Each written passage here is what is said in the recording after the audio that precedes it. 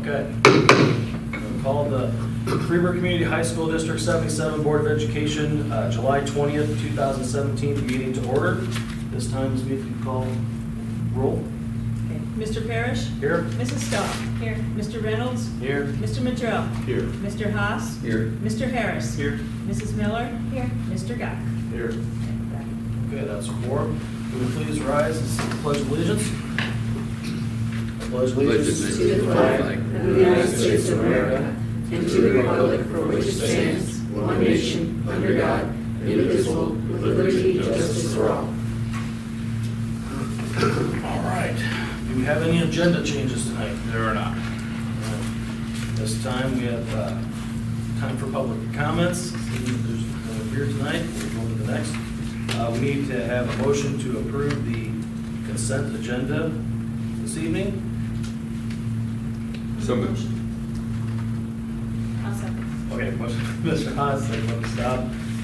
We'll go roll call on that. We'll start with Mr. Reynolds. Aye. Oh, you said, Mr. Reynolds? oh, my bad. Say aye. Aye. Aye. Aye. Aye. Aye. Motion carries. This time we'll go to the committee reports. We had a running start committee tonight at 6 o'clock prior to this meeting, and there are a couple documents in front of you. The first is the rules and regulations document. The second is the SWID crosswalk document.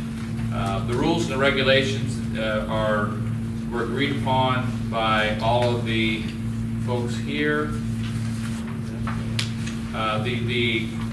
There's a couple things. Basically what we're doing is we're looking at approving these rules and regulations for the agreement that we will look at in March or April, or bring to the board March or April, February, March or April, to assign, to approve for the 18-19 school year. So we're actually looking a year ahead for this. One of the things that we put in here was that one was on the fees. We want to probably clean up the language a little bit on the fees, which was number 13. To include the fact that we are not going to pay for the free and reduced lunch, that'll be the students' responsibility. I think that was it. Here it was. All FCHS, the other one was the PE exemption, and that's on the crosswalk, that we do have, students can be exempt from PE for a number of reasons. One is if they're in band, if they're a varsity athlete. So instead of reproducing all that, we'll just have it written in here that all FCHS exemptions from PE will hold true for running start, or something like that. All this information will be included in the agreement that we put together next spring. So that was kind of the gist of the meeting from earlier. So if anybody else had any additional comments. So it's pretty much everything ironed out for it? Okay. Yep. That's good. Okay. Are there any other comments or questions? Move forward then. We'll go to the student members report. Just to kind of preface this, it's been a little more difficult to get a hold of as many people as I probably would during the school year, since not everyone has their Chromebooks and stuff. So this is what I've heard, but it may not be as accurate as later on in the year. Okay, so far soccer and football and most of the fall sports are they have their open gyms. Football is having a 7-on-7 at East tomorrow, and I think they've been doing pretty good. In terms of academics, the AP test scores were available on the 6th of this month. I don't know how they went for a lot of people, but everyone was kind of excited about that. The gifted trips started this Monday. It's an art focus this year. Mrs. Stewart is leading them. On Monday, we took a walking architecture tour of downtown St. Louis, which was kind of fun. And then in the evening, we went to City Garden. Tuesday, we visited the City Museum, and that was one of lots of mosaics and things. And And then we visited Delmar, Blick, just kind of, seeing what it's like to be a starving artist. Wednesday, we visited the Botanical Gardens and Third Degree Glass Factories. We got to do a small project there in the kiln studio.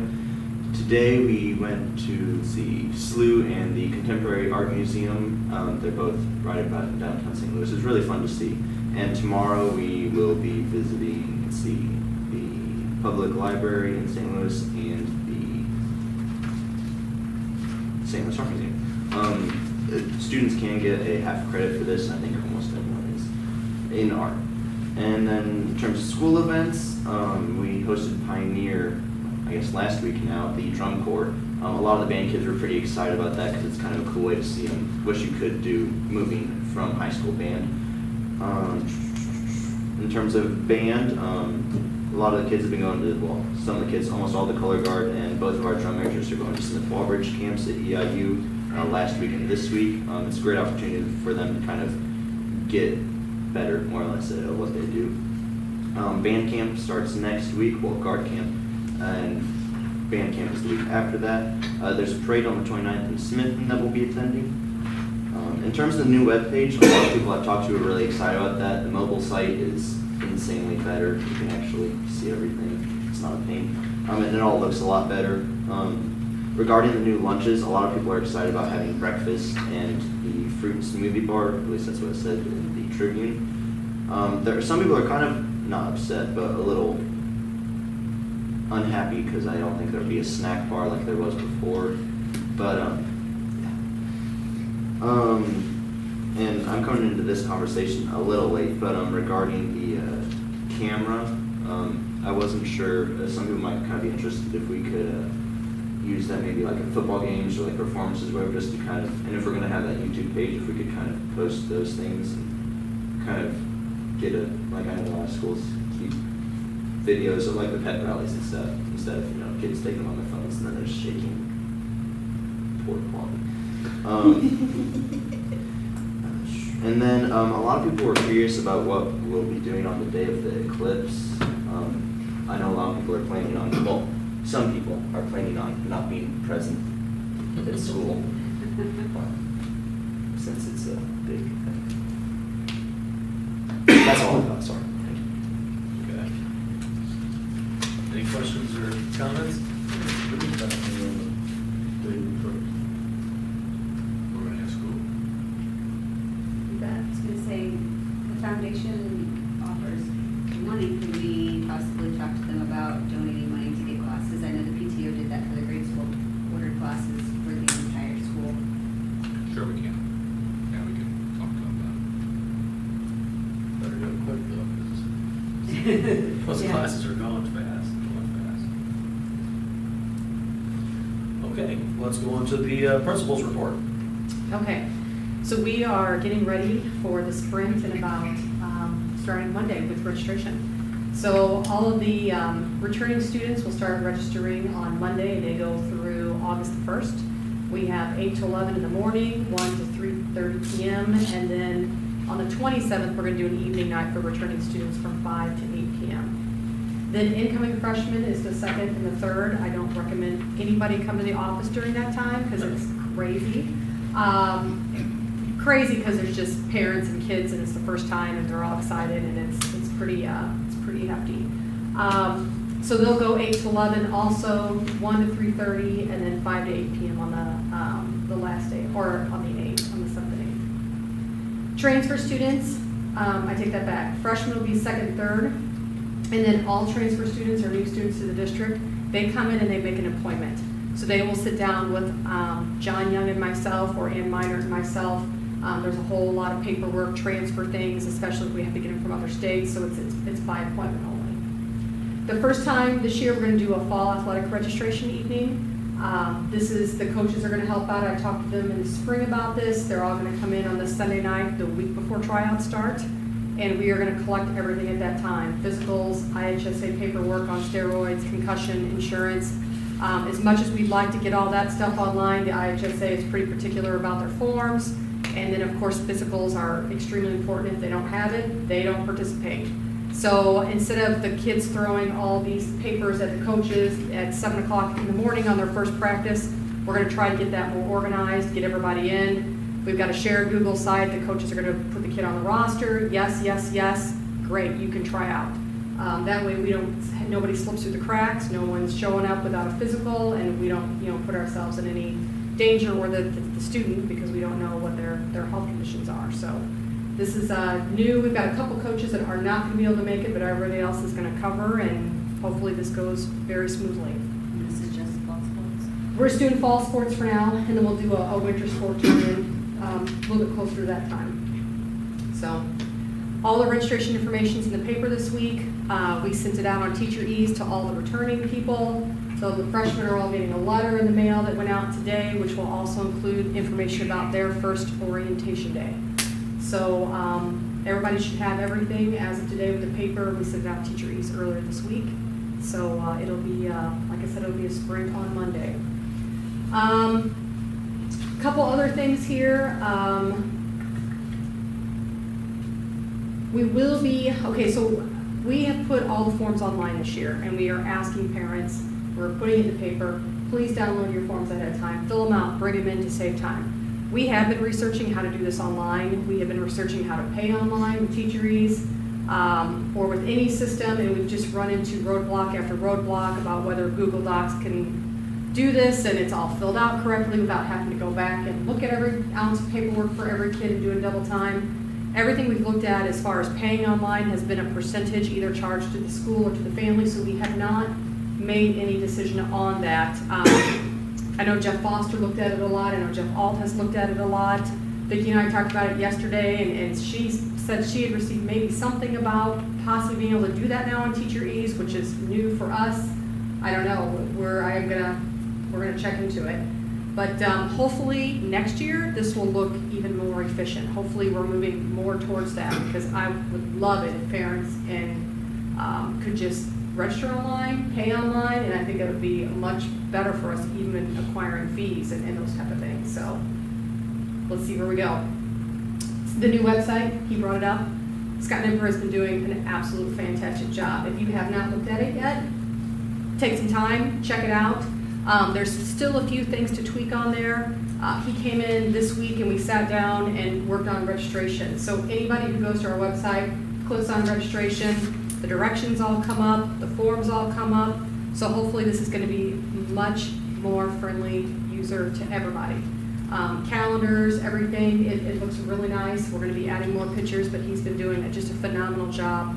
He's getting emails from Mr. Franking and from Mr. Alt and from myself, and we're like, do this, and the secretaries, and he has been a trooper. He's been great. So kudos to Mr. Nipper. The office ladies too have been just fabulous this summer. Closing out last year, getting ready for this year. They're all ready for Monday, and they're great to work with and super. So for Andrea and Sue and Jane and Diana, I cannot say enough about how hardworking they are. Summer Gifted Program, he's already given us the information on that. They picked a nice hot week for this. Mrs. Stewart has been planning that program for some time with some of the art students. Just so you understand, that program rotates from department to department each summer. Next summer, math is going to take that on. It costs $150 per student. It is 40 hours of trips and classroom work, or museums, or whatever the education is that goes with it. Sometimes they do a project, sometimes they have to do a paper, but they can get a half a credit. So we have 14 students participating in it, and letters go out to kids that are in a certain percentage, like the top 10%, or certain scores on SAT or PSAT, and summer's crazy for a lot of students, so getting 14 to 20 students is pretty great to have that program going. Couple important dates, or one more thing here. I had a student I met with today and their father, Josh Reeder, who is putting together his Eagle Scout program and final project. So he came in today and he would like to do some upgrades in one of the rooms. He wants to keep it a secret for now because he wanted to surprise the kids. The teacher knows. So he's not ready yet to give the report to the board. He's going to do that But he's got some really great ideas. He's got to get all of his budget, his report together before he presents it, has to get it approved, but there'll be more information coming. So we will have an Eagle Scout working on another project this year. Okay, important dates. Monday, August 14th is the first day for teachers. So you are all invited. We do an annual morning breakfast for the faculty and staff on the first day back. It's 8:30 in the morning. It'll be the first time that the new kitchen management, OPA, is going to prepare the breakfast with Tony and the workers we have in the cafeteria. So if you're curious to come out and see that, it's always great too for our faculty to get a chance to put names with faces and get to recognize a few people. We totally encourage you to come on out. Tuesday, August 15th, will be freshman and new student orientation. So we've done this traditionally for a lot of years. No other students except these new rookies and the new students come in. They get to do a mock schedule. They get additional information about handbook, discipline, extracurricular fair. They do a bus evacuation drill. They're going to do a session this year on social media, and they get their Chromebooks. It's just a really great day for all these freshmen to get a little bit more acclimated before everybody shows up the next day. Our student council comes out and they show people where they are. They're in the hallways. It's a really positive event. And then Wednesday, August 16th, first full day of school. Can't believe we're already here. Last thing, Jane sent this out to all the coaches, but starting July 24th, the gym floor will be closed. So the annual refinishing is getting ready to start. Once they do that, it takes about 7 to 10 days for it to finally dry. So Jane will give the all call or all clear to all the coaches when it's time that they can get on the court, and we'll be ready to roll with tryouts about the 7th of August. So it's coming fast. Is it the same finish and design or There's no change in design. It's just the actual kind of clear coat finish that goes on it, and come back out about the 6th or 7th and just see how shiny and beautiful it is. So and that's all I got. Thank you. Any questions or comments? Okay, let's go on to the superintendent's report. All right, I won't spend a lot of time on some of these because they're repeats, but yes, the new webpage is up. I know there's been a few issues with connectivity, and what I've been told is that's more on the user's end. And if they have any issues, Mr. All will definitely be able to help you through that. There are still some old docs on there. We are working through to clean that all up. When Mr. Nipper set it up, he basically just got the entire webpage set up and then just moved all the old docs into a more organized fashion. There will be links to Twitter, Facebook, YouTube, and whatever else the new technology is that I'm not aware of. The YouTube page will, for Brett, I know I'm jumping here. So it'll give us the ability to put all these recordings like we're doing now with the board meeting on there. If we have live events, we'll be able to do that. We can actually probably stream live. So there's a lot of things we can do with this camera and with the new page. Which brings me to the new camera. We are using it tonight, so like I said, we're going to use that for a lot more things than just to record the board meetings. Summer work has been going well, a little slow with some of the retirements, but the cleaners have been doing an absolutely fabulous job. They've just worked out so much better than I could hope. So they have just moved to the ramp, and then they're going to move north. So they've got about another week or so to finish up, a couple of weeks to finish up. So I think they'll get most of it done. The Pioneer Drum and Bugle Corps visit, that is, I agree with Brett, that is a really nice opportunity for our kids to kind of see what that next level is and kind of what they strive for. And so we actually, all of our coaches really sacrifice for 2 days and don't hold their camps because they're pretty religious about holding their camps and workouts and things. And so they kind of stay clear. Because this kind of turns into a bed and breakfast, and they actually pull a big food truck out front, and it's a pretty impressive setup they have. And the man that runs this from McKendree, and he has their email, so I'm imagining they'll be back, or somebody will be back next year. This is the first time the Pioneer group, and I think they're from Wisconsin, if I remember correctly. And then last but not leastly, is last week, July 11th, was the anniversary of Mr. Lane's passing. His family put together a celebration of his life. Mr. Howes got up and did a nice little speech. Ms. Jung and I have been talking about this for a while. I just haven't wrapped my head around it, I guess. But we would like to do something to permanently memorialize him here at school. And whether we put up a plaque on the Wall of Fame, or whatever it's called, Wall of Service, he does not qualify with the 25 years, because he didn't spend 25 years. But if anybody thinks that's a big issue, we can put him someplace else. But I would like to put a plaque similar to what they have on that Wall of Service, and have him up there with everybody else. I think he did a lot for the school, and I think it would be a nice gesture. So basically, the way I wrote it up here is I'm planning on moving forward with that unless anybody tells me no. And I will tell you that this is in the superintendent's, so we can't vote on it. But, you know, if that was my plan, is to move forward unless there's an issue. Greg, I'll remind you, Mr. Range approached me also about the replacement of that tree that broke off. He has some funds that were given to him specifically for putting up a tree and he's on it. And so this fall, when it's more conducive to plant a tree and have it live, we'll replace that one, and those funds are already allocated Okay. Okay, are there any other questions or comments? Okay, let's move on to old business. Item A, bus update. I was called by the manufacturer, the salespeople, and they told us we weren't going to get the bus until the second or third week in August. So we exchanged some emails. She's been very nice. She's going to try to accommodate us, but I pretty much told her that was put a real wrench in our plans, because that was going to be used to save money. So contacted the manufacturer.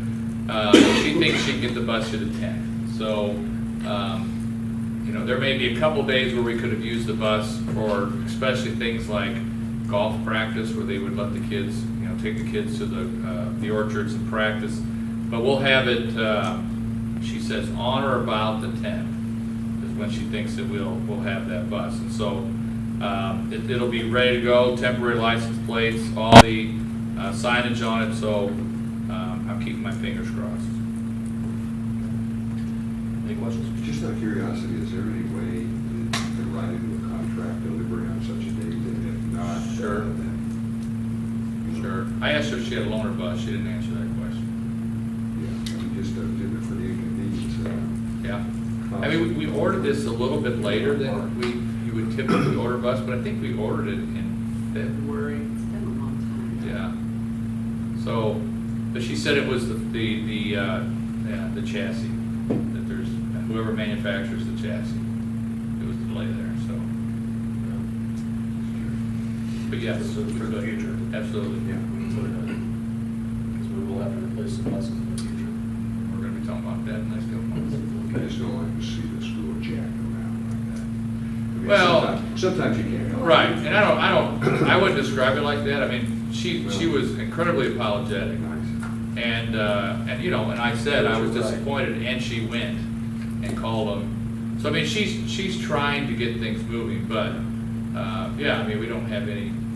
I mean, if it does, right, if it doesn't show up on the 10th, It comes when it comes. then we're waiting for But the in the 11th, future, 12th. we write that in. That's a good idea. It's just, you promise it in 6 months, every 2 weeks after that is knock this off. That'll help everyone out, you can help them keep on track. Sure. So, the question I would have is, when was it supposed to be delivered? Next week, When did they tell you it wasn't going to show up? last week, when I called her and asked her if we were still on target. Oh, her. Yeah, Yeah, that's the other half of it. yeah. Okay, item B, the sidewalk project.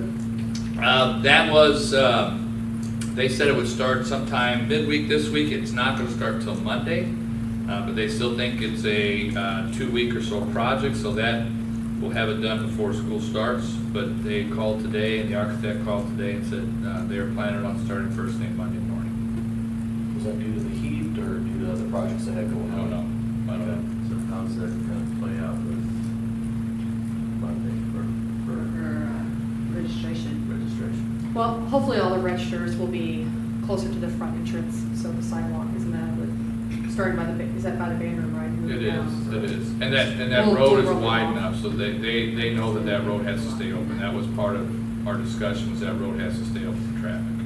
So they'll be working on the east side of the road.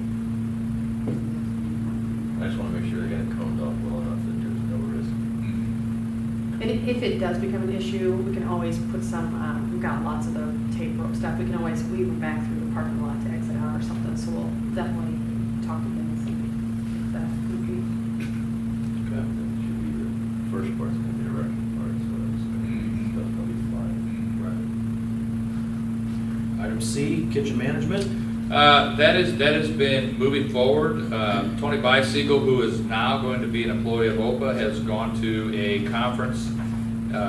She contacted me last week, was just head over heels with the way that OPA is doing business. I'm very excited about it. Like Jill said, OPA is going to have flyers out. Did you say that? Mhm. OPA is going to have flyers out to kind of give everybody an idea of what they're going to be available. Yes, there will be a snack stand. There's actually, there's a salad bar that's been delivered. We've got 2 convection ovens that have already been delivered, our meat slicer, those are the 3 things. There's a couple other things in there that we're looking at.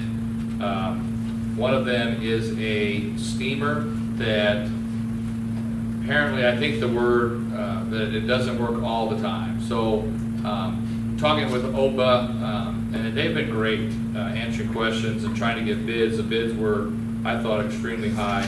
She talked to her engineers, and they think that if it's been working part-time, we could probably get it fixed. So I'm meeting with them tomorrow. So one of the things I'm going to do is find out if they think they can fix that. We're going to have somebody come in and take care of that. So the janitors have been in there working. There's a freezer that has not worked for many years, but it's still in the front line, and we have a refrigerator in the back, so that's one of the projects they're gonna do, is to move that around. So we should be up and ready to go by the time school starts. Do you know how old that steamer is, Larry? No? Just whenever I saw this, I just kind of went online and started looking for used or whatever. They had 1996 models, which I thought were extremely old, but in good working condition and running. So I was just wondering how old ours was. It'd be great if we could get it repaired. It's right, and that's the first thing I'm gonna try to do. It's, I can't recall it not being there. So, it's been there a while. Yeah. One thing that I noticed in what you sent us in the packet, the units, I don't know what size your gas line is, but the 1 unit, the 1/2 inch line, and 1 3/4, one was 4 amp, one was 5, which is no big deal, but that's been a feed on any circuit. The gas, if we have to go down that. I think there's a 1-inch line that runs behind. It's a big line. We just gotta make sure we got the right, if we were to Oh, yeah. think about that, Right. we got the right supply line. Yeah. Okay, any other questions or comments on that? Move on to item D, set breakfast price. One of the things that we did not do, and it just slipped my mind, is set a price for the breakfast that they're gonna have available. So again, work with OPA and talk to them. Their cost for the breakfast is $1.31. And so that's the cost of the food and things like that. Once you throw in the labor, kind of thought that the $2 price for breakfast would cover all of our expenses and give us a little leeway in case the food came in higher or the labor came in higher. So I think that that's probably a good price to set the breakfast at. So that's what I'm recommending, is to set that. Now that's just for the full breakfast. They'll still have little sandwiches and things like that, which I do not have those prices. Any questions on those?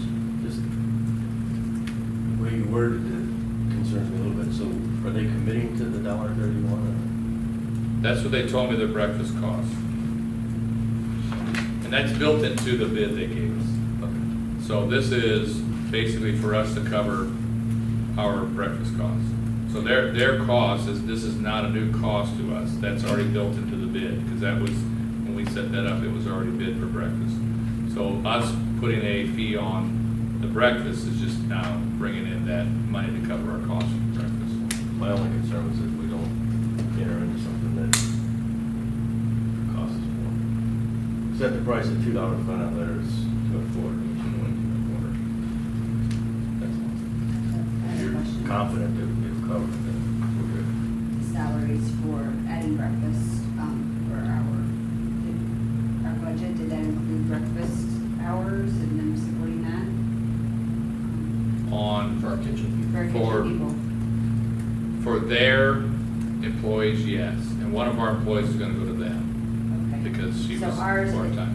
we're So, not- so I do not know what that's gonna do, but to ours, but if you remember, I think there's a very highly, it's very highly likely that we are going to turn that deficit that we've had into a revenue stream that would cover whatever For that the, salary difference? yeah, and we'll have to look at that Okay. next year to see where we're at. All right, I'm just concerned, I wanna make sure, $2 seems like a fair breakfast price, but I wanna make sure if we got 5 extra people working for 3 hours more in the morning, then we wanna make sure. It sounds like they're gonna basically have about 2 people working.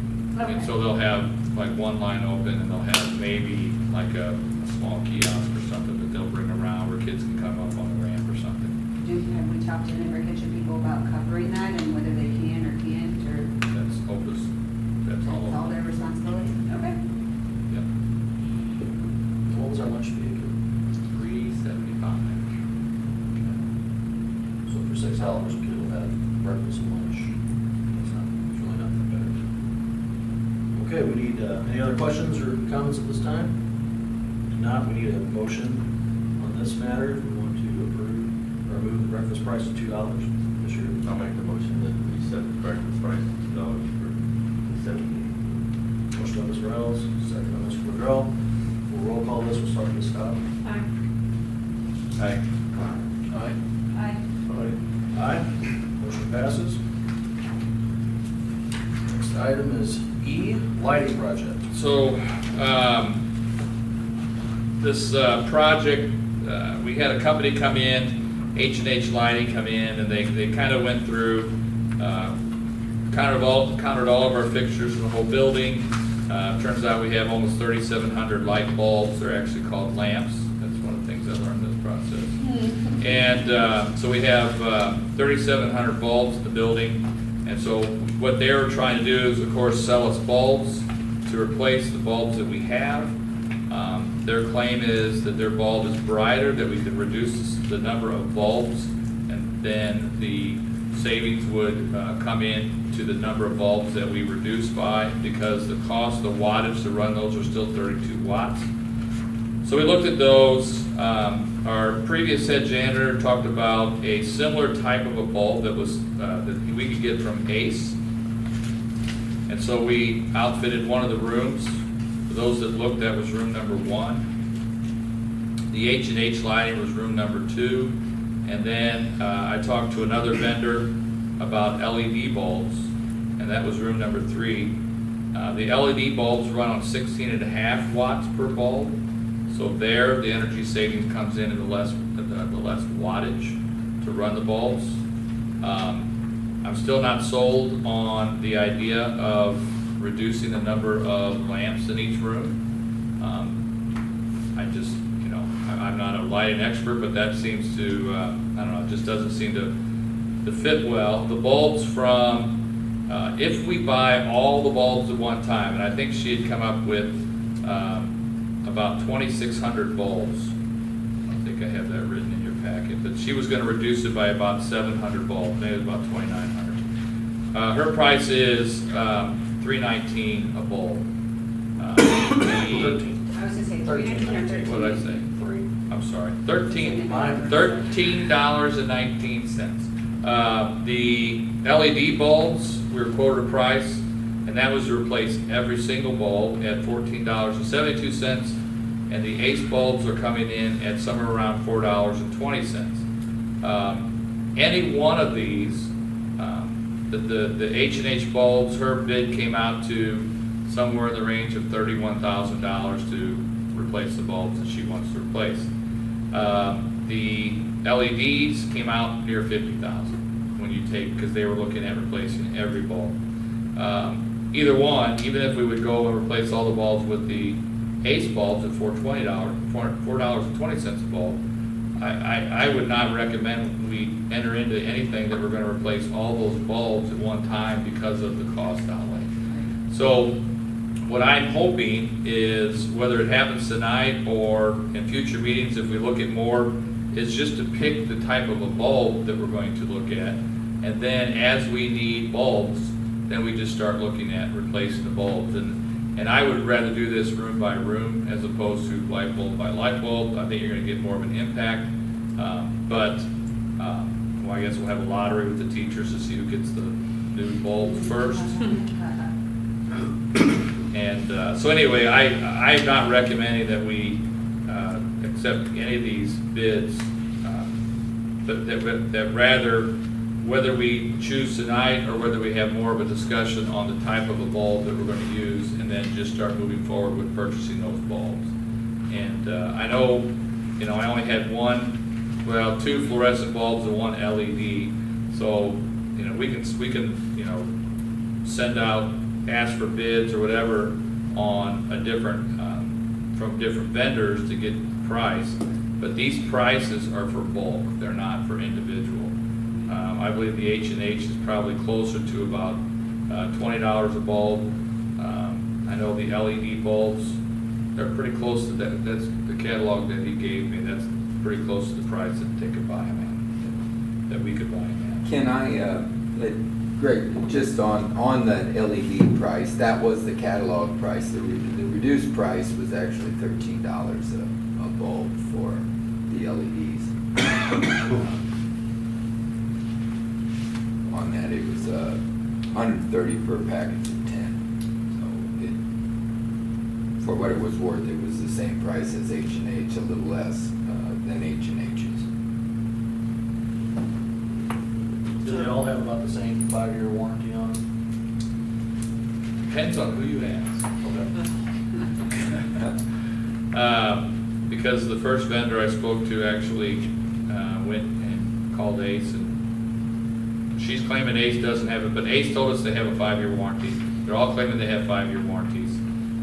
Like I was telling somebody earlier, we almost need to pull a salesman in here and let them fight it out, because they're all going to tell you that why their product is the best product. So, all we have is what's on a piece of paper, and I guess down the road, what kind of service we're going to get from the vendor if we buy these bulbs. So they all claim they had a 5-year warranty.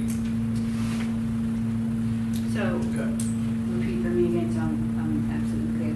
Room 2 was LED, correct? Room 3 was LED. And room 2 was the H&H. And room 1 was the brights from Ace.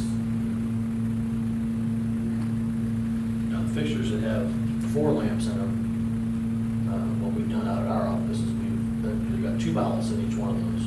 We've cut one of the ballasts and only used 2 lamps. And that can be done in this room and all these. It's not a lot of savings, but it's less trickle and Right. and less bulbs burning, and you'd have almost the same amount of light, really. And we have 3 lamps in the south end, so you could actually, you could take out one, or at least according to the salespeople, you can take out one. But that's something that our new person can start looking at and working on. I mean, that's something we can do without changing anything with the bulbs. We have 4 bulbs in here, they're all burning well, you've got 2 extra bulbs. Take You those can't, out, right. You cap off that ballast where you're not trickling energy at the same time. And what I was told is you can't reduce a 2 to a 1. That doesn't. No, 2, no, you can't You do have 2 to to have, 1. you have to. Yeah, 4 to 2. But there are areas like the gym or the shop areas that I would be very reluctant to reduce the number of bulbs in there because of the need for the light. But, and the other thing that I mentioned, if we were going to eliminate fixtures, not use fixtures, then I would be very interested in putting a ceiling tile replacement in there, not leaving a fixture unlit, because that just opens us up, I think, to questions, criticisms, whatever it is, for not using the lights that are there. So, again, I'm not recommending any action be taken tonight. I would like to look into a little bit more, and then maybe come back and make a recommendation of what vendors are the type of light, and then look at different vendors' costs on the light bulbs. Go over, I'm gonna ask you to go over the incentives that are available to us if we move. Well, Dennis, I'll let you do it, because I really didn't, I don't know the details. All right, then, I'll cover a couple other things then with you. On the life expectancy of a 32 watt fluorescent bulb is 50,000 hours, and an LED is 70,000 hours, so there is a little longer life expectancy with that. The LED only uses half the energy of a fluorescent bulb. Freeburg, if we were Ameren, we'd have an incentive from Ameren. We get our bill from Freeburg Power. They belong to Illinois Municipal Energy Agency, IMEA. They get $10,000 a year from them for incentives such as this. 2 years ago, the grade school replaced their bulbs and fixtures in the gymnasium. It was about a $5,500 project. They got $3,700 from the city through the IMEA rebate program, so it only ended up costing them $1,800 to replace all the fixtures and bulbs. So what happens is the city gets $10,000 a year. They divide it in half, and the city takes $5,000 to do light poles, things in the city, replace pumps on water tanks, stuff like that. They make $5,000 available to businesses like yours, like schools, and that's what we're contending or in competition for, is to make a proposal to the city to try and get some of those funds. I know District 70 is doing the same thing to try to get their secondary gym done now. I spoke with Tony Vonenberg, and there's a board that decides who gets what funds and how much of, so it's probably not realistic to think that we're gonna get $5,000 on it, but we could look at it, divide it into a reasonable 6-year, 7-year, say 300 bulbs, or 300 bulbs at $13. The reduction that's available is 50 cents per watt reduction. So that would be $8 a bulb. So that $13, if they granted us the max available to them, would be $8 a bulb. And our cost on the bulbs would then be $5. But that's something, and the size of our proposal, if they come out, and Greg could work this out with Tony, $2,400 is available for your project. Well, okay, 8 into 24 is 300 bulbs. So that's what we'd ask for. I would imagine something of that nature. You know when they're doing? It started in May. In May? May is when the IMEA comes up with, it gives out their new money, their year starts or whatever. May 1st it started. And right now they have the money. But I spoke with Mr. Jansen over at the grade school, and I know they're putting in a proposal. Well, we always put in a proposal, if we don't get it, we don't have to move on Sure, or we can change the size if we find out that you're only gonna get $2,100. it. That might be a way to do 2, 3, 4 classrooms at a time. What are the stipulations? Rather than do the gym, do the gym, but we'd start at that end and move. Well, Greg had it, I gave him a copy of the proposal and the application. You must apply before you go and buy the things. You can't do it in hindsight. So everything's gotta be approved ahead of time. But Freeburg has the money and Freeburg distributes the money. And Tony said it's in their interest to reduce the cost for the taxpayers of the the cost of running the school, so they're all in favor of it. But they can't cover 3,700 bulbs. Right. So we have to, we would come up with maybe a 5 or 6 or 8 year, just depending on how many bulbs we wanted to ask for a year plan. But that's the only new technology, and we only have a bid from one vendor. I mean, Butler Supply, Frost. I don't know. Did everybody else get something from Frost in their email? I got an email from Frost in their email too. So there's other suppliers of LEDs besides just the one that Greg was talking with. But it is the only technology that actually reduces the wattage and the energy used. But we were discussing beforehand, when these lights in these rooms were laid out, nobody knows what kind of study there was to say you need this many light fixtures. It very well may be that we have more light fixtures than what we need.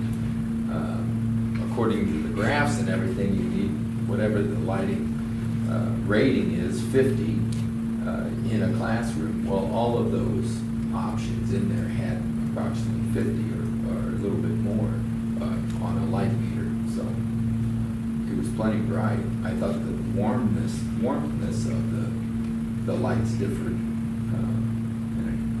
with 2 being the least friendly, I thought, and then 1, which was a normal fluorescent, and 3 being the brightest and the nicest looking light. Before,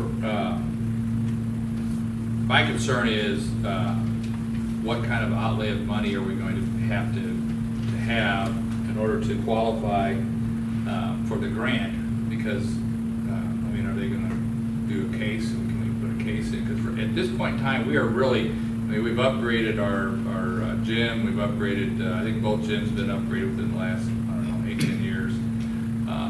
So I don't know that we are necessarily just in dire straits that we need new lighting. I think it is something we need to look at, and it could definitely be a cost savings.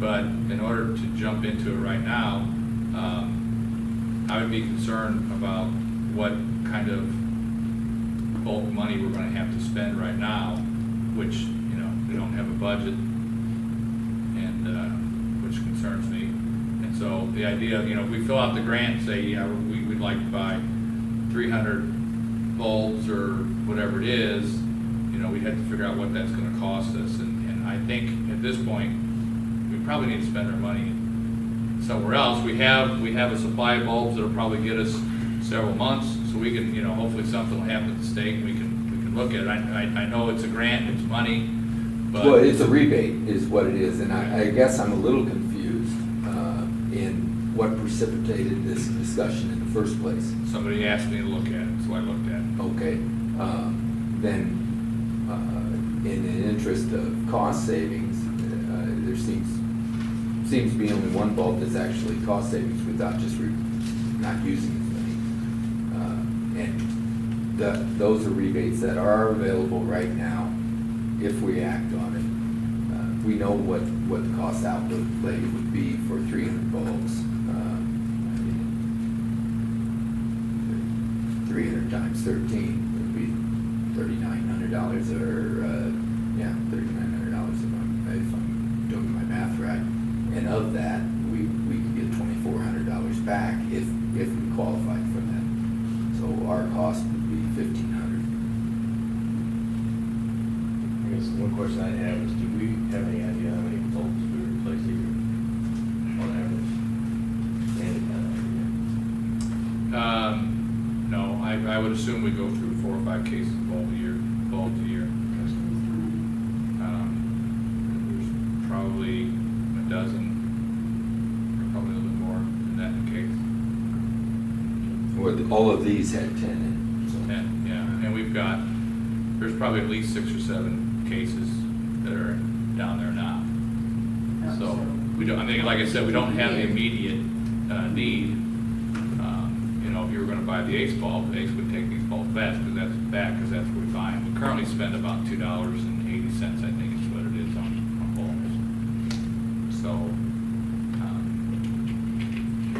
I can fill this out and I can apply for it, and we can, look to purchase extra bulbs.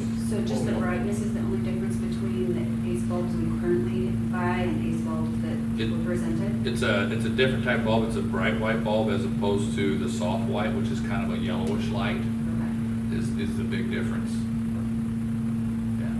Yeah. One of your vendors did a cost analysis, and they, just using the book prices that the bids were made of, it was a little bit over a 3-year payback period. That was at $13 a bulb. If our cost. Was that the LED ones? That was the The LED LED ones? If our cost was in fact reduced to $5 a bulb, obviously, our payback period on energy consumption would be 5 over 13, so, maybe a year and 3 months or 4 months.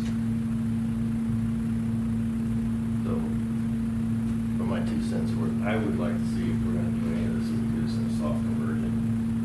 So when I say soft conversion, we get a plan together, and you submit to try to get some grant, or the rebate, whatever you wanna call it.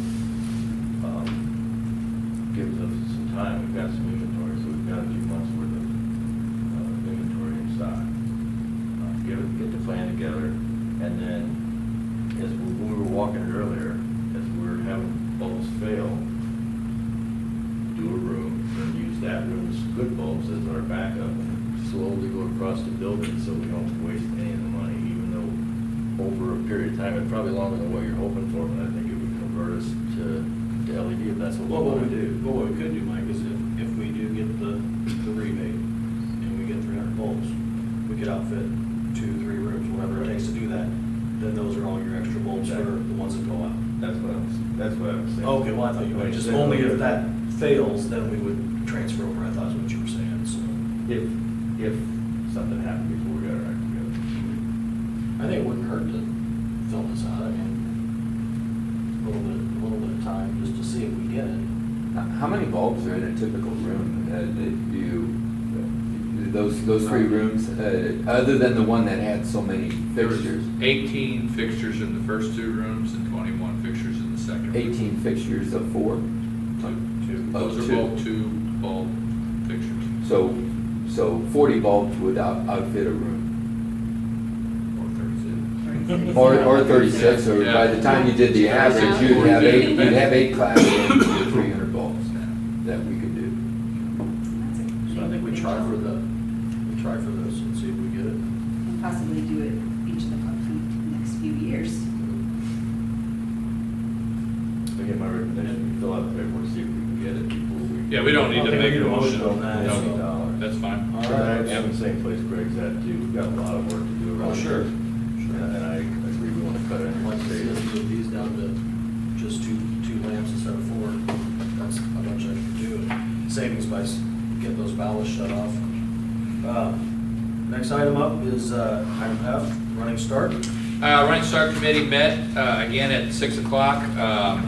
The proposal was to bring forward the recommendation for the rules and regulations in the crosswalk as presented, with the changes that physical education allow the same exemptions that you have, we currently have for physical education, and then add some language in there about the free and reduced lunches, that we would not cover free reduced lunches for students that qualify. But otherwise, the 2 documents were approved and brought forward from the committee. Okay, we don't need a motion. This No. one on that. Are there any other questions? Yeah, I would make a motion. Comments on that? You would make a motion? Yeah, to accept this. Oh, That okay. way, anybody that comes in, they know that for next year, this is what the rules are gonna be. This will all get written into the agreement that we'll sign with SWIC next spring. Okay. So we're basically setting this up for the 18-19. I'll make that motion. I make a motion that we accept the vote and unanimous to move forward with the recommendation of the Run Start Committee. Okay, motion by Mr.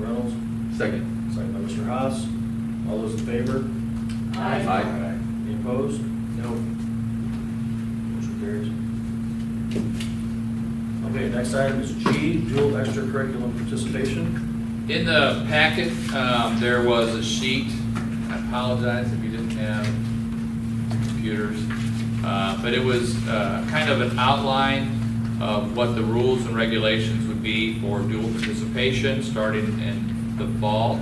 I sent an email out, a document, allowing anybody, any of the head coaches that wanted to give their input, and 7 or 9 head coaches responded. None were opposed to it.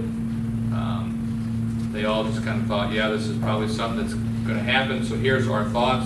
So I kind of summarized what their thoughts were and set up so kind of summarize these. The student would have to declare before the season starts. They would have to talk to both head coaches. Both head coaches would have to agree. That if one of the head coaches does not agree, then the student obviously then would have to either pick another sport or 2 other sports to dual participate. The student and the head coaches and along with the parents would have to sit down and put together an agreement on what the expectations are for that student and their sport. And then I put a kind of a guideline in here.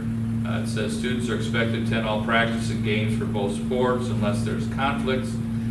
If there are conflicting games, then the student participates in the primary game. If there's a conflict between a game and a practice, the student participates in the game. And I put this in here, this was a good suggestion by one of the coaches, that it's both head coaches' responsibility to minimize practice conflicts, which is going to be tough, but yeah. This was a fairly strong point. If the student signs a contract to participate in dual sports and quits one of the sports, they're automatically kicked off the other sport. Dual participants who become academically ineligible will have to sit out both sports for the time they're ineligible. And then I added in here, students with multiple weeks of ineligibility will be required to meet with the AD or the administration to determine their future as a dual participant. So if the student academically can't handle it, then we probably need to step in and make the decision for them. I think in that case, I don't think they would necessarily have to quit both sports. That we could, say this is the one you probably need to take a step back, but that's not outlined in here. So I don't know what kind of questions, conversation. Hopefully everybody had a chance to read through that in the packet. Is it fairly, you said there are other schools in the area that offer dual sports. Is it fairly normal for them if they have quit one sport that they have to quit both? That troubles me, because what worries me is that then they'll try and suffer through and just taking classes or whatever, trying to make sure they're covering both sports. Because they don't want to quit both of them, but they don't have an option even for the season. I think the idea is that we don't want the students to take this lightly. Right. And then just to say, oh, I'm going to try it, and then a week later say, you know what, I don't like it, I'll just quit. And it's really, there's going to be issues with the student that's doing this, that's playing in front of somebody if they're not at the same number of practices. Right. So we want them to take this serious and understand the commitment that they're making. Now, we don't have any rules right now if somebody's in color guard or band that they can't be in a sport at the same time, correct? Correct. Okay. Well, I mean, I know that when we talked about this last, there was concern about, oh my gosh, these people have got, I know they got the physical issues with the sports that you're doing, but the time constraints are just the same. Whenever I was in stage band and jazz band and concert band and marching band and still practicing football, every night or 2 a days, I still had to juggle my grades and my classes, just like these kids will for this. I think. But then you had the option to stop doing one of those things without having to quit all of it. So that. Right, but they were both important to me, so I made it work. Right. And I like the guidelines that were set. I was glad to read that the coaches were That's a big deal. for it and they were okay with it. You kind of downplayed it a little bit, but it wasn't like you put on there 5 out of 9 said, we don't want to see this. I think, the guidelines that were set, I was glad to read that the coaches were for it and they were okay with it. You kind of downplayed it a little bit, but it wasn't like you put on there 5 out of 5 said, we don't want to see this. I think the guidelines that were set, I was glad to read that the coaches were for it and they were okay with it. You kind of downplayed it a little bit, but it wasn't like you put on there 5 out of 9 said, we don't want to see this. I think there's a lot of other schools in the conference already are offering it. I think just like Running Start, I don't think we need to be, if everybody else is doing it and they're not having injuries, we're not seeing it written up in the paper, oh my gosh, little Sally got hurt because she did golf and she did tennis, you know? We're not seeing that. Are there any comments? My thoughts on this are very similar to Running Start. I think the participation will be few and far Very between. minimal, sure. There's few athletes, true athletes that can excel at two sports. I agree with Ms. Miller, and I voice my thoughts to Greg. I'm not in favor of the two sports. If you quit one, you're out of both of them. Forward, my thought was, you've designated a primary sport. If you want to quit, you determine that it's just too much, that you can quit your secondary sport and continue on with your primary. You can't quit your primary and then continue on with your secondary. But if you try it and it isn't working out, why have that student gut it out all the way to the end of the season trying, or have to quit both sports because he realizes that he made a mistake and he wants out of that secondary sport. That's why he's designating it. My thought is that he should, if he determines it's too much, his grades are suffering, whatever it is, okay, I'm not gonna continue on in the secondary one. You got any thoughts? I'm kind of in agreement with those two that I think they should be able to quit their second choice if it's too much. Being forced to stick with it. Both sports are currently in academics. If you look at how many people are doing that now, is it like a big number or just a few? Number of schools, No, what? Number of Number of athletes. athletes, It's very low. It's very low. it's very low. Very low. And it's the exceptional athletes that's doing it. Yeah. they're really- Which, and I don't want to feel like I'm arguing all the time, but I think that's the student that we're looking at is exceptional. I don't think we're just looking at, little Susie who decides, oh, you know what, I'd like to try this sport, and I'm going to do it. I would like to discourage that. I would like, the student that really can handle it is the one that we're looking at, but They Well, won't that is discourage it, but, that's not gonna keep them wanting to do it. And you Then I said think you need both to coaches keep have to it agree. open for all of them. What else? So you said both coaches have to agree, so maybe that is sort of the waiver, that's the way of kind of weeding out who they don't think can manage that. But And then for most they're- sports, they're gonna have a camp, and they're gonna have a summer practice, so if you're wanting to play football and run cross country and you're awful at football practice and the football camp, and then you go to talk to the coach at the sign up and he says, I think you'd be better off doing the cross country or what other sport is available. But they have to approve before the season starts. Right, but I'm saying they're gonna be doing these camps in the summertime. They're not saying anything in the summertime, they're just going to camps. Everybody go to camps. Even if they're not they're just trying it out to see if they like it. And the coaches are gonna see, this person's got skills, this person isn't, this one's falling behind, this one's gonna get hurt. So then whenever they come to the coaches and say, well, that's whenever that goes into effect there. I'm still okay with that if they quit the one that they're off, what are these sports, 3 months? 3 months generally. So, we've all made decisions in life that have not been what we wanted. We had to gut it out and get through that, whatever it was, that project Class. so that class. Yeah, exactly. College, you take the wrong class, and if you don't realize it till too late, you can't cut that class, or you have to take it anyway. I just think that it's a life lesson, and I think it would be fine. And I think it would help discourage an athlete that possibly is just borderline. Right. I really don't think we're gonna get very many in borderline. I think it's gonna be the exceptional kids, just like most of the other schools. Your thoughts are keeping it the way it Just like they is, have it. then we won't get the casual kid that says, We might still oh, I'm get- gonna try this. We might Right. still Oh, I get a don't like casual this. kid. We still might get And that so now casual he's kid. wasting the coach's time, and it's just a waste on that particular. kid that just tries it. Well, maybe I shouldn't have used kick, maybe I should have used removed. You know, that they'll be removed from the sport. But I think a lot of it has to be commitment. I mean, these kids are making that commitment. They're expecting the coaches to make the commitment. They're expecting their teammates to make this commitment because it's going to be, I think it's going to be difficult on They their have tried teammates. out for the most part and taken someone else's opportunity. So I see that too. I mean, it's And is that also in keeping with the other schools' rules and regs? Is that something we got? I think, what I remember is just one of the schools had that in there. But I think our coaches all seem to like that, at least the feedback that I got. I think it's an opportunity to teach a really good life lesson, which is life is full of choices. Yeah, time management.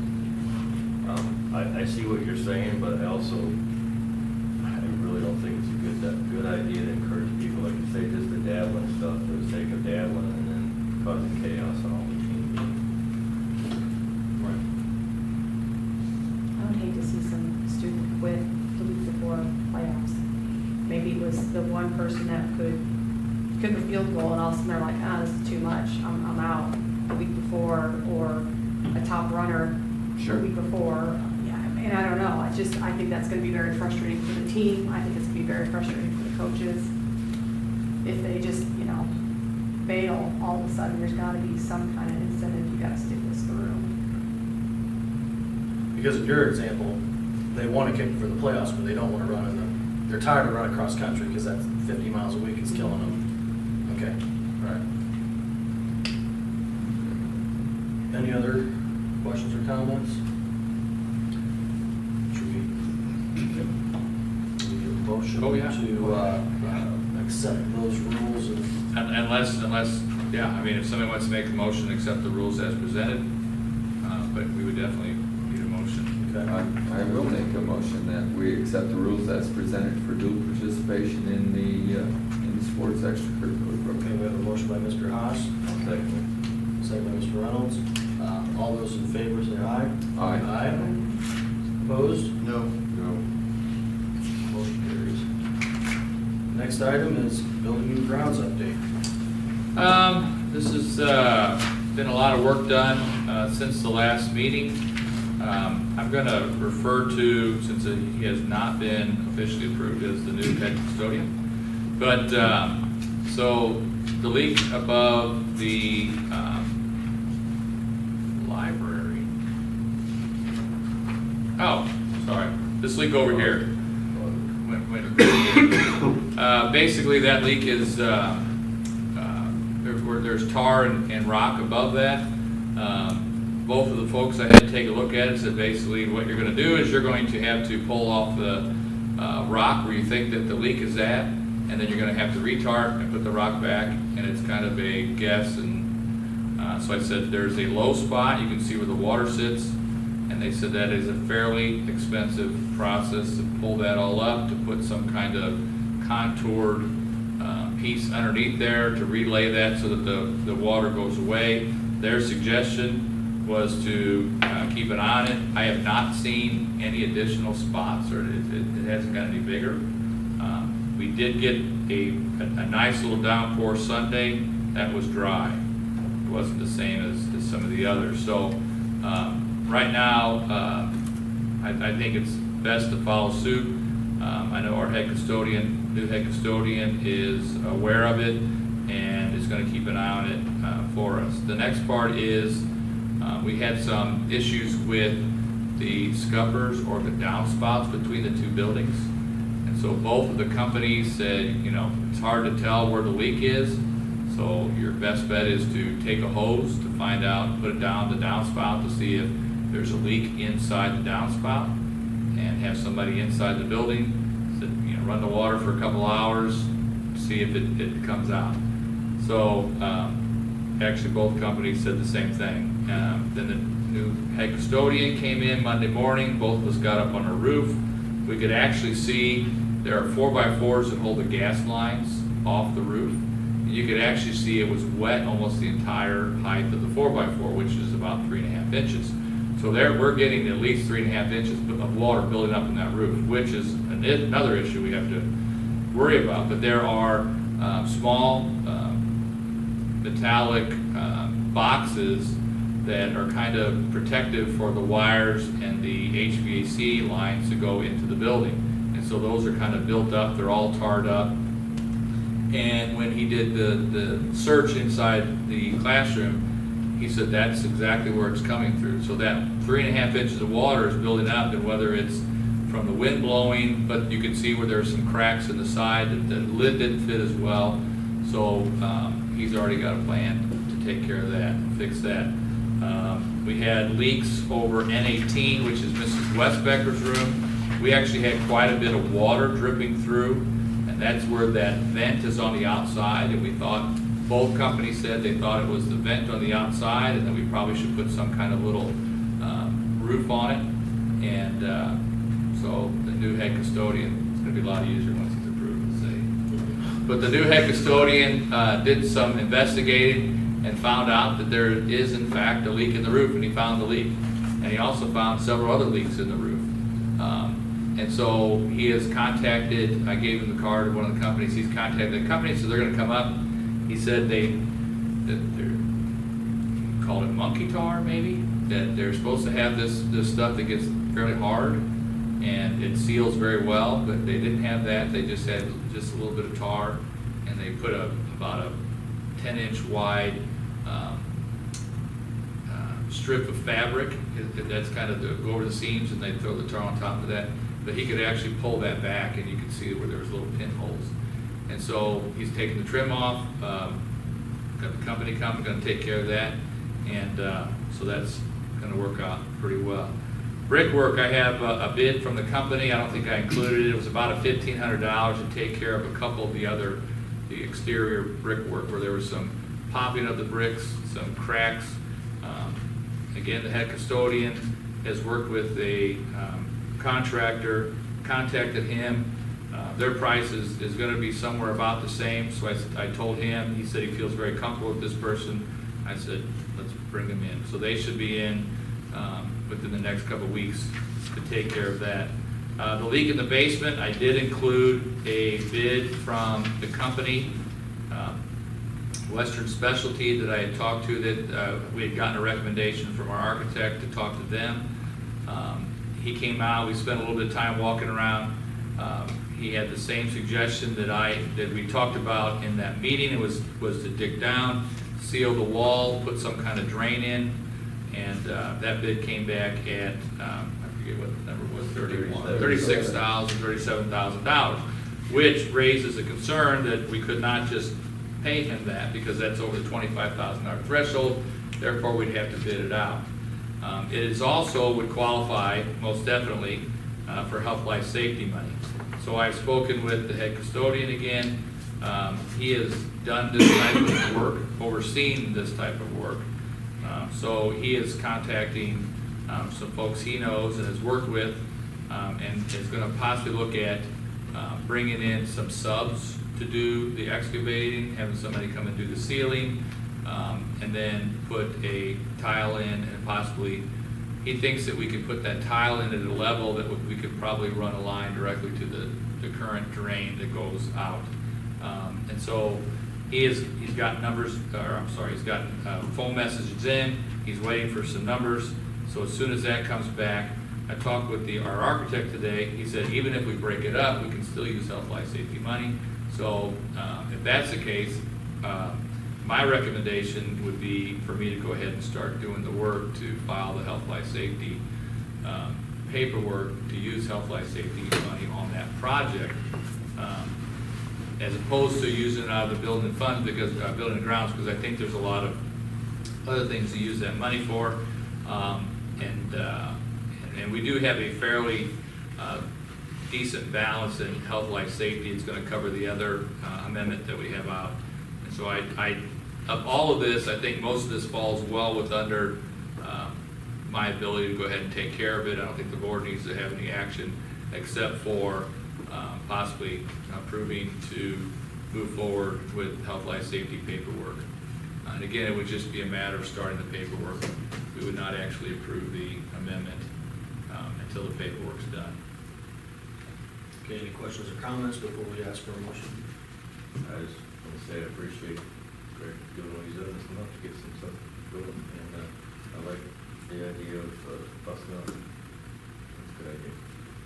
And letting him manage it since we're asking for that skill set, so it should be a good test. That's gonna be done, it's got its own. Yeah. The heck soda, you mean? Yes. And, No, I didn't mean it that way. Do we, I just want to say heck soda. I'll motion to approve the filling out of the health life safety paperwork. Okay, we have a motion by Ms. Miller, second by Mr. Goff. Since this is, we have to roll call this. Yes. Okay, we'll roll call this. We'll start with Mr. Madrell. Aye. Aye. Aye. Aye. Aye. Aye. Aye. Motion passes. Okay, next item is I, school consolidation resolution. I'll give you a brief overview first. Of the 4 districts involved, 3 of them are interested in doing the consolidation. And so, talking with their superintendents, they are also going to be bringing a resolution similar to the one that was in your packet. I've got a copy if anybody wants to see it. Basically, what it does is just says that Freeburg Community High School is going to work in conjunction with, in this case, Freeburg District 70 and Smithton District 130, not 120, and in this consolidation study. So the first thing that we have to do is we have to agree to participate with those 2 districts. In doing that, we sign this agreement. They're going to have similar agreements. Smithton passed theirs last fall, so they don't have to pass a new agreement. We've been in contact with 2 different former superintendents that work with consultants, and they do the work. One of them is Dr. William Phillips. The other one is Dr. Nick Osborne. He's the one that did the presentation at Smithton last year. So they have both actually presented us bids, but we are not at the point to approve the bids. That would be in August. So I can talk more about those bids, but the numbers that we were talking about, they're both somewhere between 10 and 12,000, 12.5 to be exact. So we can talk about that. Right now, all we need to do is to agree on a resolution that we are going to work with Smithton District 130 and Freeburg District 70 in a consolidation feasibility study. Questions, comments on this? Just, have you been in contact with the ROE to determine whether or not if funds do become available, then we would still be able to qualify for a reimbursement if you move ahead of time? It would, the ISB, the state. Well, That's who we would- but that's who everything we would goes go. through, so Right. whoever the. But we haven't. So once we go through this step, then we can contact the ISB to find out what's available. Okay. Both of the folks that we talked to said right now they have no idea, and in fact, the ISB won't tell them. So we need to contact. So we'll contact the state about the yeah. Because September was when it came out last year, so I'd hate to start a process in August only to find out that, well, you started it already. It's not available if we were to wait until September. And maybe they would reimburse us. Yeah, that's what I meant. Yeah. So right now, all we're doing is looking to pass a resolution to do this, to agree to jointly move forward with the study. I move to approve the feasibility resolution as presented. Okay, motion by Ms. Miller. Second by Mr. Haas. We need a roll call, so there's not any money yet. Okay, all those in favor say aye. Aye. Opposed? No. Motion carries. Next item is J, legislative update and the start of school. So I had put this in here late. As far as I know, I did not get anything, I did not find anything that the governor signed Senate Bill 1, which is the education funding bill. So we are currently still not scheduled to get any state funds. I think last year I had it written down that our financial profile said that we had about a little over 61 days of cash on hand. If you recall, it looks like our profile is going to improve, but we still only have about 83 days of cash on hand. did get the first two real estate payments, those are guaranteed, we're gonna get those. So we have a nice little balance to move forward. I think I put in here, and would not recommend us not starting school. The reason I put this in here was that some districts are moving forward to not start school if the state doesn't have their budget passed. But we're in a different situation than some of the other districts that I'm speaking of. But I think that it would be beneficial for us to come out publicly and say that we're gonna start school on the 16th as scheduled. Okay. So everybody had it. We agree, I don't want the community to suffer, we don't have any reason. Okay, do we have a motion? Yeah, I make a motion that we start school as planned and scheduled for the 17th year. Okay, motion by Mr. Reynolds, second by Mr. Cobb. All those in favor say aye. Aye. Any opposed? Motion carries. Okay, down to new business. Each year, in order to access money out of the lease levy, we have to take a loan out.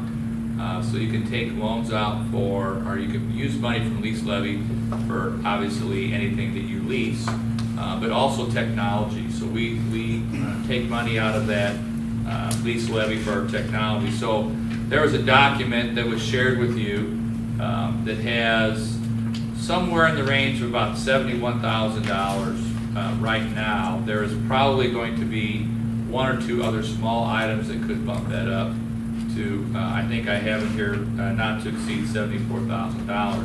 But we have done this with Citizens Bank for the last several years. And so what I'm asking is that the board approve the lease levy agreement with Citizens Bank. It is a 2.2% interest rate, but not to exceed $74,000. Any questions or comments on this? Have we, and I know they're a local bank, but have we looked at maybe getting better rates anywhere else? We did not this time, but that's gonna be a topic, so the answer is no, but that's gonna be a topic in future meetings that I'm gonna ask you guys to take a look at our banking situation. Okay. This time I'll make a motion to approve the one-year lease levy loan with Citizens Bank at 2.2% for the amount not to exceed $74,000. Do you have a second? Second. Second by Mr. Monroe.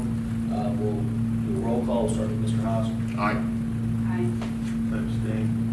Aye. Aye. Motion carries. Item B, bond refinancing opportunity. Met with Tom Crabtree from Steeple, and he is, our Steeple is the one that actually issued all of our bonds for both of our issues. 2007 was a health, life, safety bond issue, which was a lot of roof work, HVAC work, almost all the units on this side of the building, which is 30 some odd units. And then the 2011 bond was the voted bond. It was for the front of the building and all, the hallway and all the athletic facilities. So the 2007 bond is now callable, which means we can pay it off with no penalty. It matures, it's paid off in 2026. The 2011 bond is not callable until 2020, and it's paid off in 2030. But you can call a bond early where you basically can refinance all the money past the call date. So the money before the call date you can't refinance, but the money past the call date.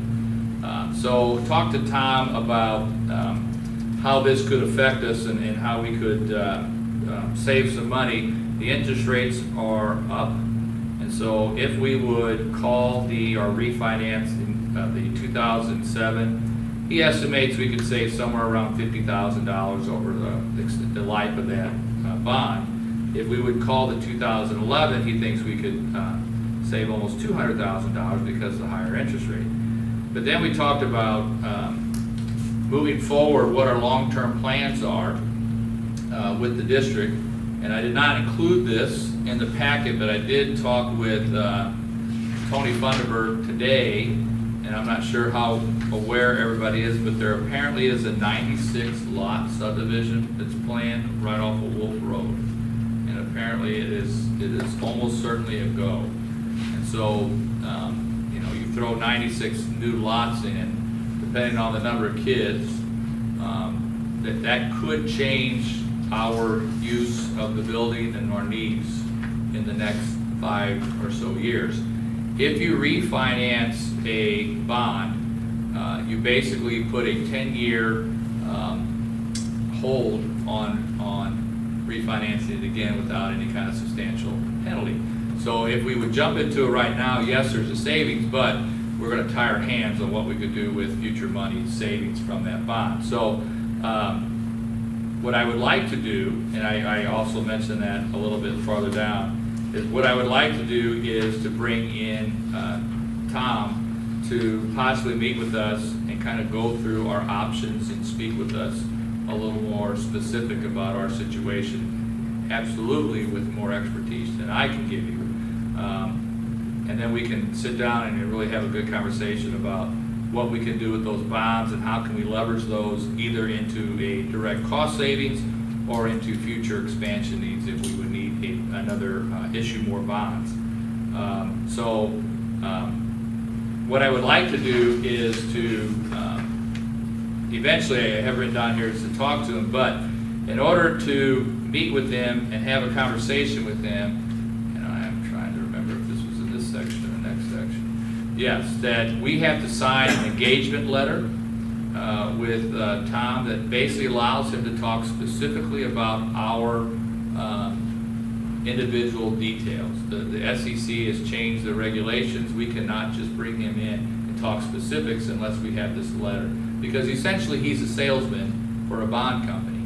And so the SEC says if you bring him, you know, if you come in without this agreement letter, is that it's almost a violation and he's kind of got insider, you know. And so we have to sign this agreement.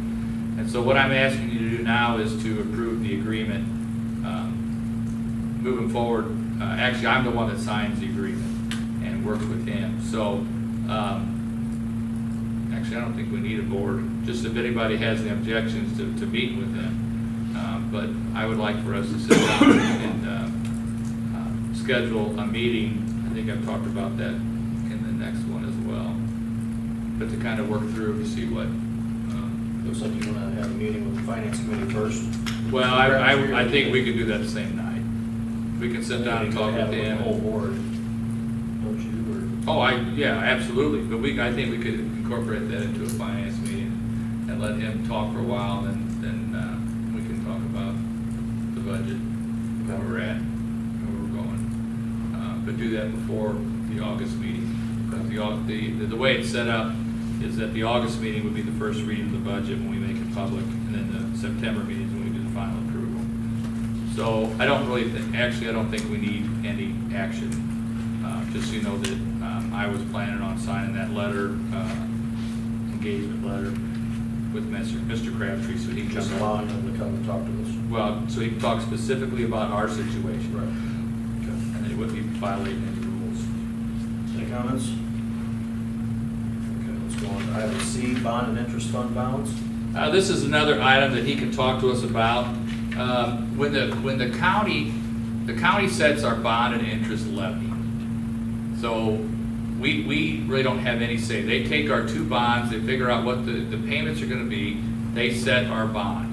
And so when they do that, they always increase our levy by a certain percentage, 2 or 4%, to collect any, or for us to cover any uncollected taxes. Over time, that builds up. So our levy builds up. Even though we make our payments for our bonds, the levy balance builds up. And in fact, now it's at $216,000. And so you can't just transfer that money. But what we can do is we could access that money through a bond sale.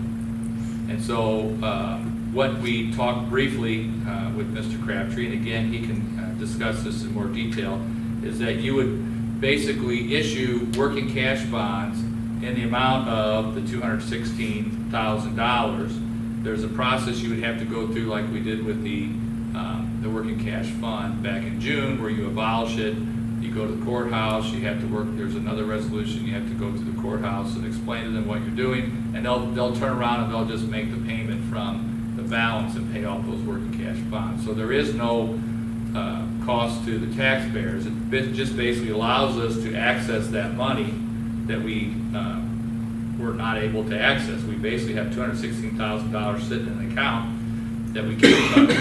And we can't use it to pay off the existing bonds early? You probably could work it out that you could do that, yes. But, so we would have to decide if it's more important to do that, or if it's more important to access the money to use it somewhere else. And so, I would like for him to be able to have, for us to agree, and that's, I think, where I said I would like for us to kind of look at our calendars. Actually, that was the next one. But for us to decide on a meeting where he can come and he can explain it in more detail and more expertise than I can. But there is funds available for us to use. There's a process we have to go through. But again, I'm not asking you guys to make any decisions tonight, except for let this man come and talk to us at a meeting where he can explain both these situations, and we kind of Do you know how decide. many years it took to bring 216? I don't. I was gonna look through the old, I can look through the old budgets and, or the audits, I'm sorry. And I could do that. I'll look through that in the next couple of days, and I'll send something out to you guys and let you know where those were at. There was, Diane was talking about one of the years, for some reason, there was a bump. And I don't recall why we got that bump, but there was a more of a substantial $50,000 or $30,000 bump one year for whatever reason. So this has probably been over 10 years or Oh, more. I don't know, I don't ever remember us doing this, but before 10 years ago, I wasn't involved in this part of it, so, it's been at least that long that we, Okay. it just kind of sits there and accumulates, yeah. To me, it sounds like it's half of the issue. One is, what do we do with the money, and let's get the right people to help us figure it out. And two is there something we can do with Dina up there to figure out why? I think she's the one that does accounts, why we're receiving more money than we need. I think it's twofold.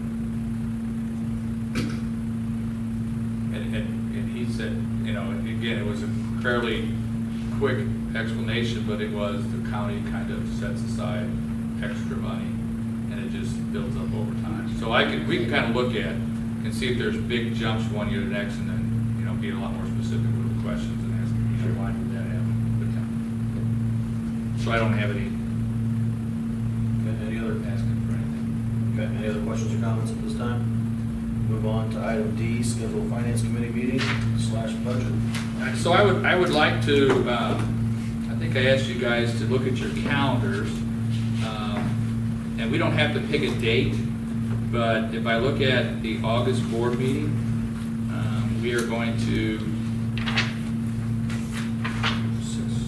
17? Yeah, yes, correct. So I'm thinking probably the week of the 7th. We got this self-evaluation, talking about that on the 7th. There's 5 days in that week, Mr. Editor. I'll be out on military leave though, even that I apologize. And I won't be here the week before, so we could do it the following week. I'm not available anymore. What about the week of the 14th, maybe? Have to do it early enough to be able to, if you want to take any action, you have to do it. Well, we wouldn't take any action. So, you're talking about at the board meeting. Correct. I don't know that we would be ready to take the action at the board meeting on the 17th. I think we're going to need to digest it and then come to the board meeting and have more of a discussion. So I could put an agenda item on the board to talk about that committee, and then, or put that committee report and then have an agenda item in there to talk about it. But I would be surprised if I would want to move that fast on something like this. The call date's in November for the 2007, so we have a little bit of time.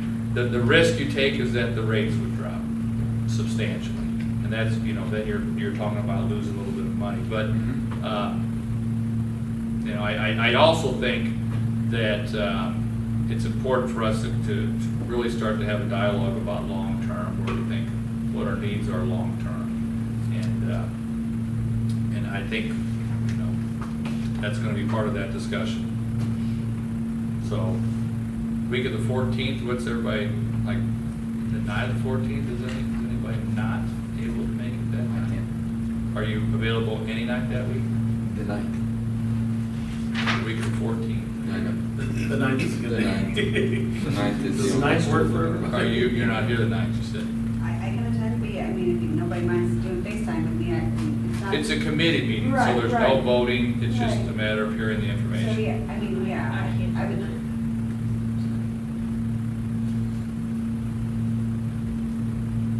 What else you got to decide tonight? In August, I don't have anything. Everything's, Saturdays and Sundays, I'm working almost every day.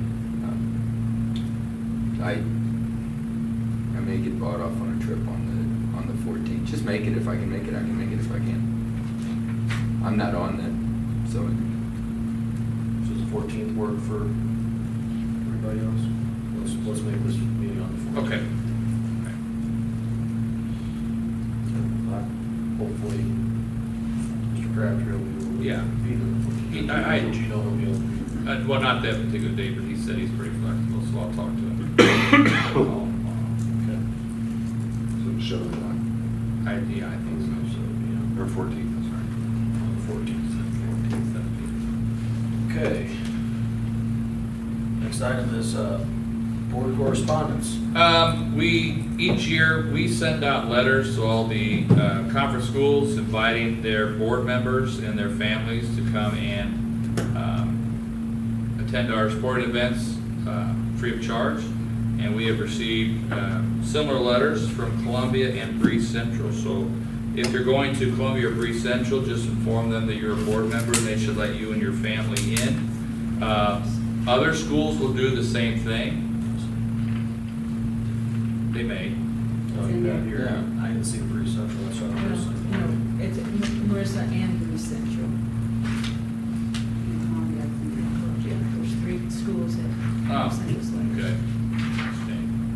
But I would encourage you to ask any of the schools that we Yeah, go I to. do. So I know if you go to Carlisle, I think they let them in. So I would encourage you, any of our conference schools, that you let them know I'm a board member. Local building. Yeah, so I put that in there just to let you know that if you're gonna go to events, And we do do that. that to those schools also. All the conference schools, yeah. Okay. Are there any other agenda items? There are none. Okay. We do have reason to go into closed session One tonight. or two things. Okay. That being said, we need a motion to go into closed session. I'll motion. Ms. Miller? You need to read out. Personnel, possible lawsuit. That's enough. Okay, first one. I'll second it. Second, we'll stop. Roll call this. Ms. Miller? Aye. All right. Thanks, Brett. Aye. Aye. Hi, Brett. Okay, we're in closed session. Anything that starts with you? No. So, I don't have a list of those. I don't have the list either. There you go. Well, I read them. They'll read them. Yeah, I read them. You You'll say- guys just say. Okay. That's what it's. I usually Yeah, see you it. guys just say yes to everything I. This time. That's not what it works.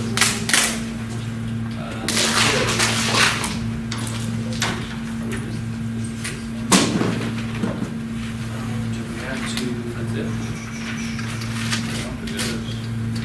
We're not hiring, but. That was it. That was it. Okay, we're back in open session. I move to employ Dennis Toma as head custodian at Freeburg Community High School. So moved. Motion by Stop. Second. Ms. Reynolds. Roll call for this. We'll start with Mr. McGraw. Aye. Aye. Aye. Aye. Aye. Aye. Motion passes. That's it for this evening. We need a motion to Motion to adjourn. Motion to adjourn, Ms. Miller. I'll